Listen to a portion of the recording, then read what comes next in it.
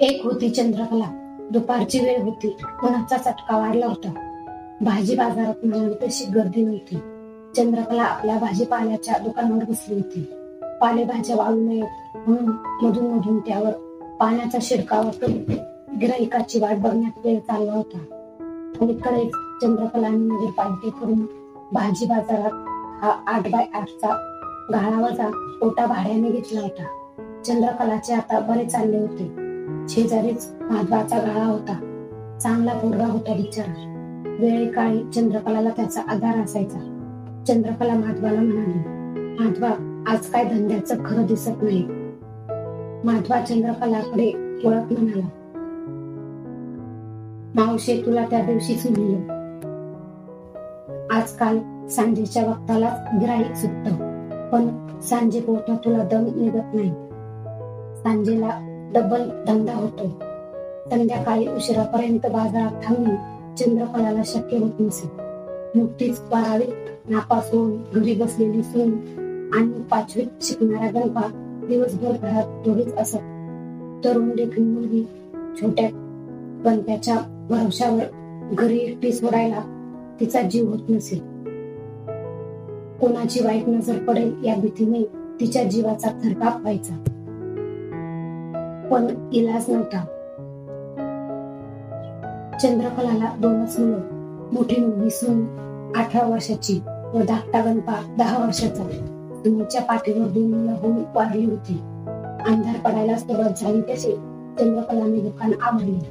उरलेला माल ओट्याखालच्या मोकळ्या जागेत ठेवला. लोखंडी दरवाजाला कुलूप लावले आणि दुपारच्या जेवणाचा रिकामा डब्बा असलेली पिशवी हातात घेऊन घराकडे निघाली. चंद्रकलाचे घर बाजारापासून 5-6 किलोमीटर दूर वस्तीवर होते.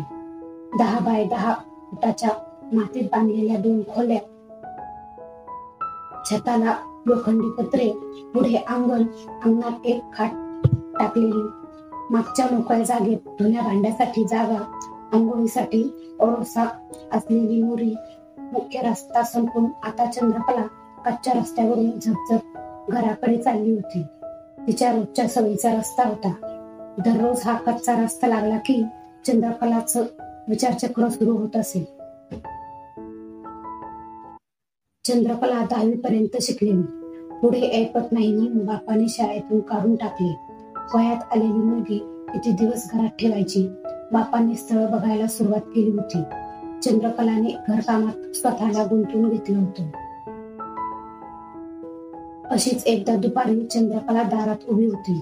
शेजारची कुसुम नवऱ्याबरोबर पहिल्यांदाच माहेरी येणार म्हणून शेजाऱ्यांकडे बरीच गडबड धावपळ सुरू होती. बऱ्याच दिवसांनी कुसुम भेटेल म्हणून चंद्रकलाही थोडा वेळ ओट्यावर रेंगाळली. तेवढ्यात एक पांढरी गाडी शेजारच्या घरापुढे थांबली. गाडीतून कुसुम व तिचा नवरा दोघेही उतरले. कुसुमचा नवरा छान रुबाबदार होता. तिनेही छान सुंदरशी साडी नेसली होती. डोळ्यांवर गॉगल लावलेला होता. गाडीतून उतरलेली ती कुसुम आहे यावर चंद्रकलाचा विश्वासच बसेना. इतकी ती छान दिसत होती. कितीतरी वेळ चंद्रकला त्या लक्ष्मी नारायणासारख्या जोड्याकडे एकटक बघत उभी होती. आपलेही लग्न होईल. आपणही कुसुम सारखे माहेरपणासाठी नवऱ्याबरोबर अशाच गाडीतून येऊ. कसा असेल आपला होणारा नवरा, कसे असेल आपले घर, असे अनेक विचार तिच्या मनात रुंजी घालत असत. कितीतरी वेळा ती आपल्या भावी आयुष्याची स्वप्ने बघण्यात रंगून जात असे. वडिलांनी एक स्थळ आणले. मुलगा चांगला होता. हाडा पेराने मजबूत, त्यांचा पुरा गव्हाळ रंगाचा. दोघेच भाऊ होते. हा धाकटा. 4-2 एकर शेती होती. लोक चांगले होते. चंद्रकलाने होकार दिला. बापाने ऐपतीप्रमाणे चांगले लग्न करून दिले. चंद्रकलाचा संसार सुरू झाला. सुनेचा जन्म झाला. 4-5 वर्ष आनंदात गेली.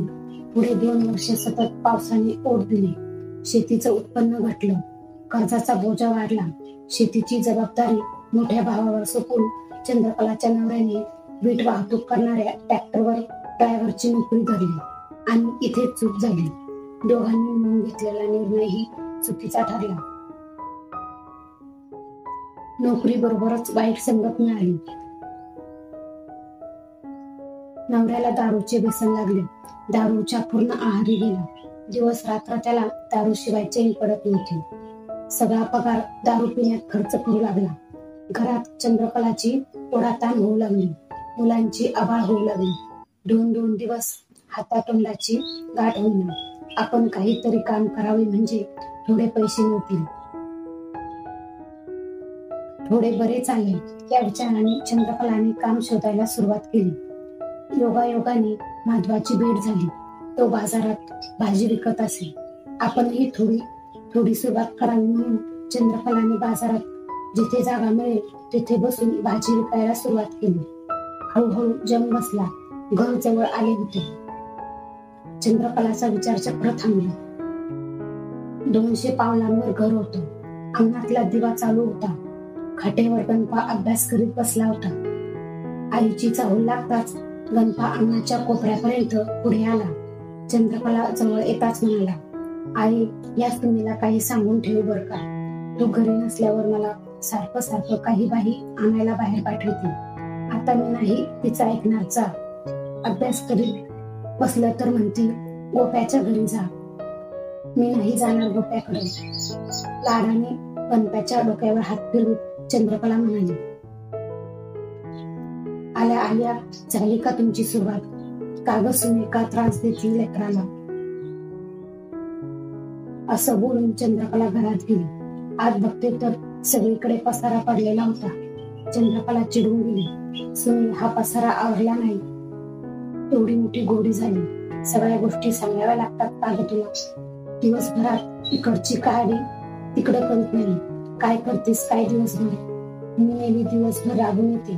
मी इथं बघावं तर कोणाला त्याचं काहीच नाही. वर आल्यावर हा पसारा आवरीत बसते. चंद्रकलाचा राग अनावर झाला. ती मागच्या दारी गेली. मोरीवर खसखसा हात पाय धुतले आणि भाकऱ्या थापायला बसली. जेवण आटोपले. गणपाचा बाप अजून घरी आला नव्हता. चंद्रकला थोडा वेळ नवरा येईपर्यंत पडावे म्हणून खाटेवर जरा लवंडली. सुमी गणप्याला का बरं बाहेर पाठवत असेल?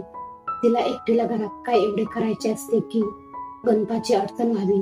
एकटी असताना तिला कोणी भेटायला तर येत नसेल ना? कोणी तिचा गैरफायदा तर घेणार नाही ना? अशा अनेक प्रश्नांनी तिच्या मनात काहूर वाजवली होती. 8-10 दिवसापूर्वी अशीच संध्याकाळी चंद्रकला घरी आली. तेव्हा गणपा घरी नव्हता. तुम्ही एकटीच होती. चंद्रकला मोरीवर हातपाय धुवायला म्हणून गेली तर मागच्या बाजूच्या अंधारातून कोणीतरी जाताना ओझरते दिसले होते. नीट बघितले पण नंतर कोणीच दिसले नाही. आपल्याला काही भास झाला असेल म्हणून चंद्रकलाने दुर्लक्ष केले होते.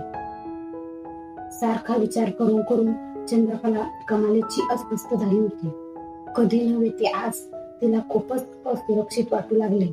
संसार जणू तिचा एकटीचाच होता. नवऱ्याला कशाचीच काळजी नव्हती. तो आपल्या शोक पाण्यातच गुंग होता. अशा वेळी तरी नवऱ्याची साथ असावी पण तीही नव्हती. आपलं नशीबच खोटं. त्याला कोण काय करणार? चंद्रकलाने अश्रूंना वाट मोकळी करून दिली. सकाळीच चंद्रकलाने स्वतःचा व नवऱ्याचा दुपारच्या जेवणाचा डबा तयार केला. नवरा कामावर निघून गेला होता. तिने नेहमीप्रमाणे नवऱ्याला दारू न पिता व लवकर घरी परत येण्यास बजावले होते. बाजारात जाण्यास निघणारच बाहेर कोणी आल्याची चाहूल लागली. पदर सावरत चंद्रकला अंगणात आली तर दिनकर काका दिसले. दिनकर काका सासऱ्यांचे बालमित्र, मोठे बागायतदार होते. त्यांची सगळी मुलं शिकली सवरलेली होती. खातं पितं घर होतं. नोकर चाकरांचा राबता होता. फार दिवसांनी चंद्रकलाकडे आले. सोबत एक तरुण होता. 23-24 वर्षाचा, गोरा, उंचपुरा, रुवाबदार, डोळ्यांवर बारीक काड्यांचा चष्मा, चॉकलेटी पॅन्ट, पांढरा शर्ट इन केलेला, पायात बुट. चंद्रकलाने त्याला ओळखले नाही. दिनकर काकाकडे बघत चंद्रकला म्हणाली, या काका, लई दिवसांनी आठवण काढली माझी. काका ओढे वेढे न घेता म्हणाले, सुरिकीच्या कामासाठी तुला भेटायला आलो पूर्वी. हा माझा नातू, थोरल्याचा मुलगा, पदवीपर्यंत शिकलेला आहे. कलेक्टर कचेरीच्या नोकरी करतो. पगारही चांगला आहे. कलेक्टरच्या परीक्षाही देतोय. नोकरी करता करता याच्याकरिता तुझ्या सुमीचा हात मागायला आलो होतो. हे ऐकून चंद्रकला सरदच झाली. काय बोलावे हेच तिला कळेना. दाराआडून सुमी अंगणातलं बोलणं ऐकत होती. सुमीकरिता इतक्या झटकन असे स्थळ सांगून येईल असे चंद्रकलाला स्वप्नातही वाटले नव्हते.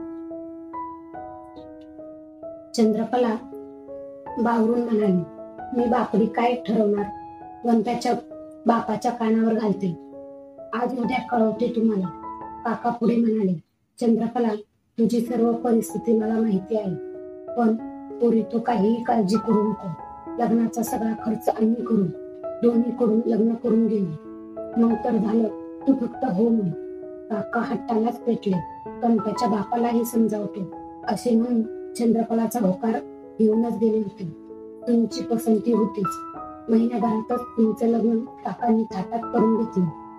कार्य व्यवस्थित पार पडलं. तुम्ही संसाराला लागले.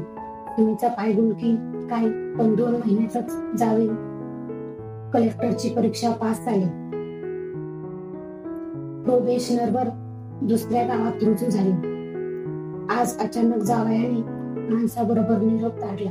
सासऱ्यांना म्हणजे गणप्याच्या बापाला पुण्याला व्यसनमुक्ती केंद्रात भरती करायचे आहे. त्यांना उद्या कामावर पाठवू नका.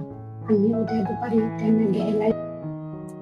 ठरल्याप्रमाणे दारावर गाडीचा आवाज आला. चंद्रकला, गणप्याचा बाप सगळेच अन्नाकडे धावले.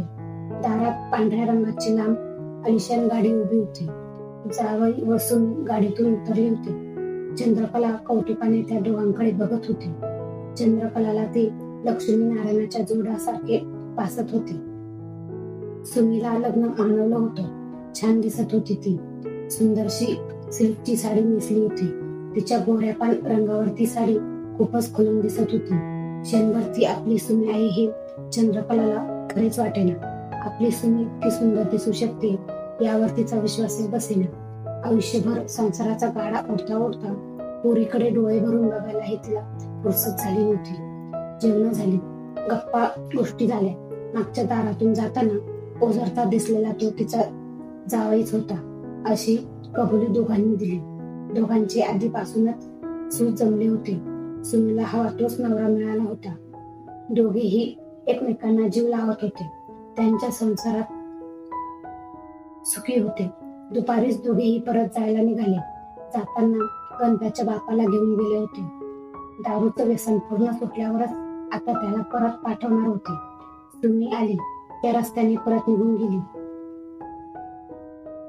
चंद्रकला कितीतरी वेळ दरवाजाला टेकून सुमीची गाडी गेली त्या रिकाम्या रस्त्याकडे बघत उभी होती.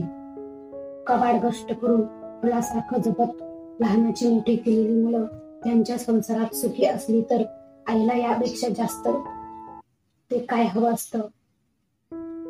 चंद्रकलाला उतारत झाल्यासारखं वाटलं. चंद्रकला भरून पावली होती. खत पाणी घालून कष्टाने वाढवलेल्या झाडाला रोमटी फळं लागलेली बघून हवा तसा आनंद तिला झाला. आनंदाश्रूंना पापण्यांवर जागा पुरेनाशी झाली. ते गालावरून ओघळू लागले. गणपा कधी आईकडे तर कधी त्या रिकाम्या रस्त्याकडे बघत होते. काय झालं ते त्याला कळेना. तो हळूच आईच्या कमरेला बघत म्हणाला, आई मी होईल अगं मोठेपणी दाजींसारखा कलेक्टर.